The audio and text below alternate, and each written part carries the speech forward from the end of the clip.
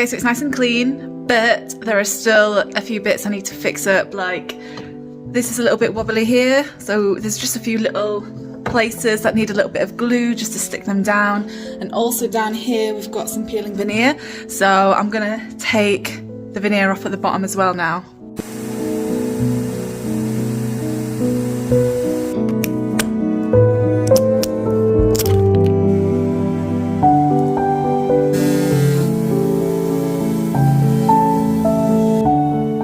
Right, I've got some Dixie Belle Mud now to fill in some of these gaps.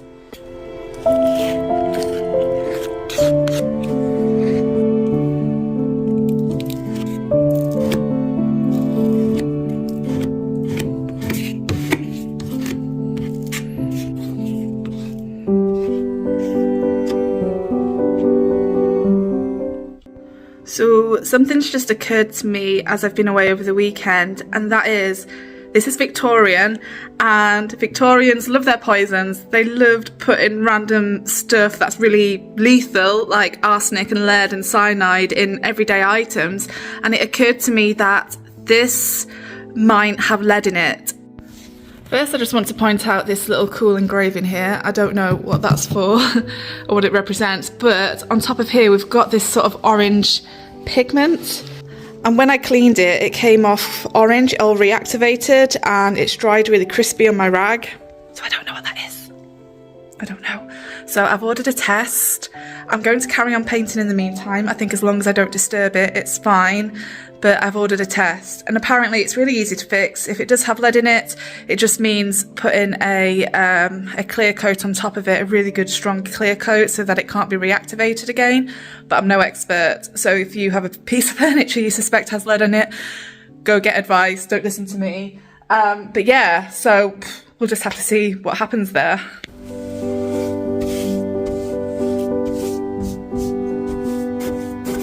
First thing that I am going to do on this piece is give it a base colour of Caviar, which is a really dark black in the Dixie Belle Chalk Mineral Paint range.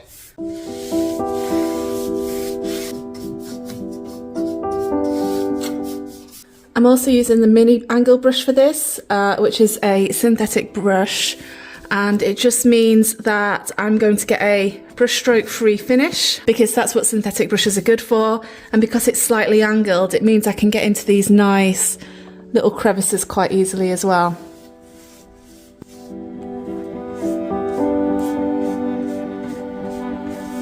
So while I'm just doing this base, there is something I just kind of want to talk about just very briefly, and that is the amount of hate I have got already on social media from certain, I don't know, from some people for painting this piece, okay? I mean, firstly, there's never any reason to be hateful or rude or abusive online. That's just a given. If you're a nice person, it's just not something you do. And I get that, you know, people tend to make you feel the way they feel inside, and so these people that are very rude and not so nice tend to be quite unhappy people themselves. But just on a practical level, this piece was buried under other stuff in a shop. It cost maybe about £50–55, I can't exactly remember, so it was quite cheap, and as you can tell, it was already quite damaged as well. So not painting something that is really desired after or valuable, you know, I'm painting something that people don't want to buy, that's very damaged. Not that I really need to explain myself, but I just want you to know that if you ever receive that kind of hate online, then just ignore it, really. I don't sometimes. I try to give like really reasonable explanations, get anywhere between why are you painting that, sacrilege sort of thing, to really rude insults like you things. So yeah, but just remember to not let these people get to you. They're not worth it. I'm not entirely sure I know where I'm going with this just yet. All I know is that I want a nice dark start to it. Alright, so we've got one coat of Caviar on. I am now just going to put on another coat, just a nice thin coat of it just to even it all up, because I want a nice solid black base to start with. Obviously ignore the mess right now, that will be cleaned afterwards. I'm just going to spray on a very tiny bit of water and then just paint on a very small amount of Caviar. Okay, I'll tell you a few facts that I learned as I paint this second base about Victorian furniture and decor. Okay, so later on in the Victorian times, and this is when I think this is from, Victorians tended to use veneer, really good quality veneer, but still veneer, and you can tell it's Victorian by all these kind of Gothic influences, like these accentuations and these decals and the curves, and again just the Gothic vibe of them. Also they tended to come with marble tops, which we know this one has. That's why I think this is a Victorian piece of furniture.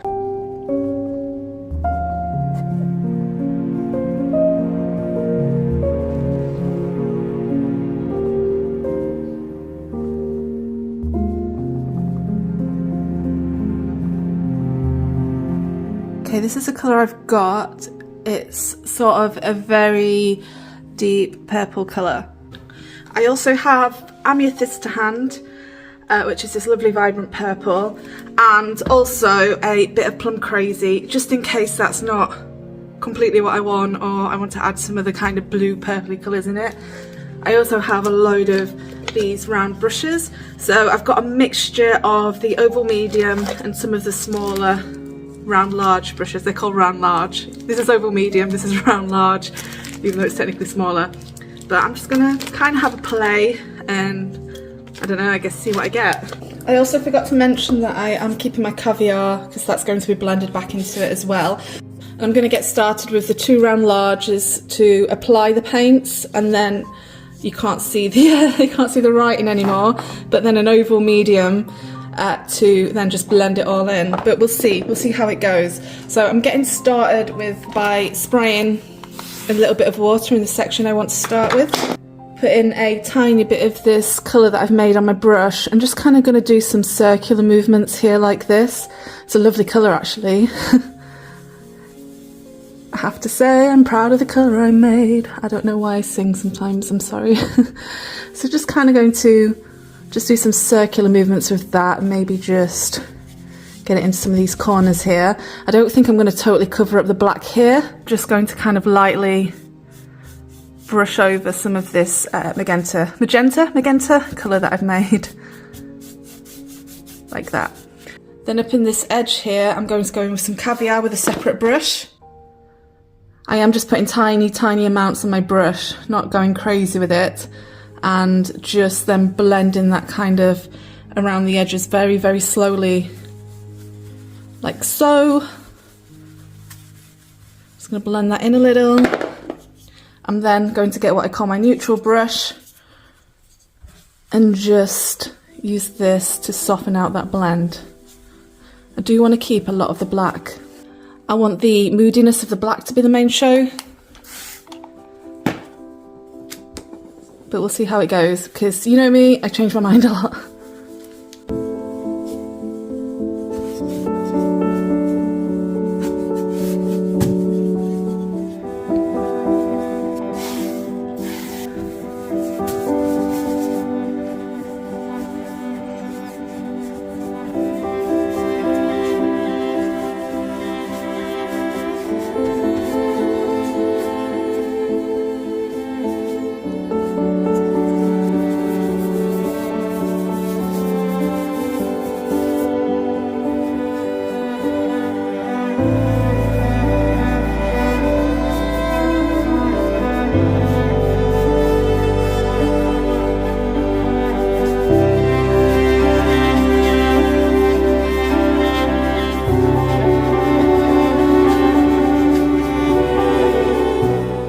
I think what I like here is this idea of it looking like maybe it was once all a really vibrant purple colour and then it's all began to fade. The edges have started to become a lot darker, and we've still got this very soft hue of purple coming out around the centre here, where maybe it hasn't been quite so affected, you know, just to give it that very age look. More bristles here. When doing a blend like this, it's a good idea just to build your paints and your water up very, very slowly. Don't go in there too heavy-handed. There's way too much on my brush there, actually. I'm just going to wipe some off. I think that's because I've just let it settle in the colour that I made. But yeah, just build it up very, very slowly. No need to go crazy, you know, straight away and all at once. If you go in there with too much paint or too much water all at once, it can just make it look really muddy and just make it really hard to blend. So that would be my advice. Also, if you want a smoky blend, round brushes work perfectly for that. So for these sides here, I'm just going to go in very, very lightly first of all with my my purpley colour. I'm just kind of, I don't actually really know, let's spray some water. I mean, I'll figure it out, but I'm just kind of going to just put a tiny little bit down the middle here. Again, just want it to look kind of faded. Going to rub this until my paint has completely come off my brush, like that. And maybe just go in with a tiny little bit of the black and just soften those edges up a little bit. It's very gentle, very subtle, but it works.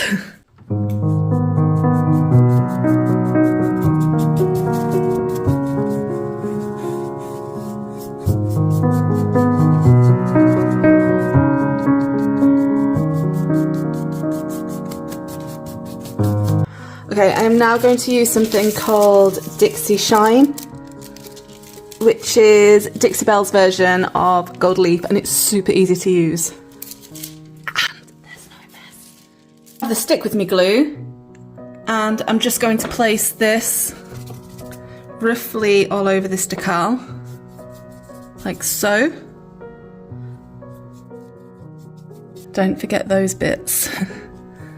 I'm now going to put some heat on it so that the glue is just a little bit tacky.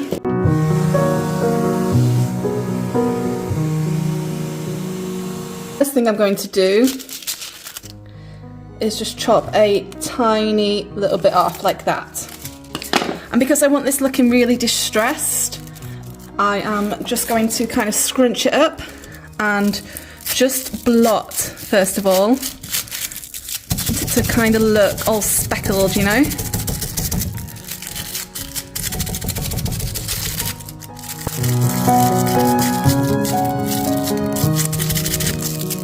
Then with whatever's left on there, I'm just kind of going to smooth it on like that. And maybe put on an extra piece here as well. So this stuff is amazing for getting a distressed look. And that's exactly what I want right now. And then you can just peel it off like so. Easy peasy. You can see there where it's removed, no mess. And it's super effective and no waste, because I can keep going back and using any bits on this piece that are, you know, that have been left over. Like so.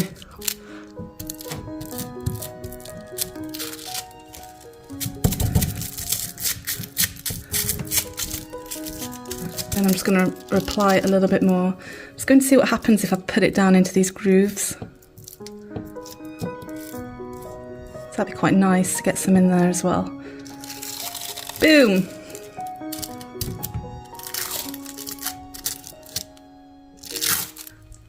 Look at that. So cool.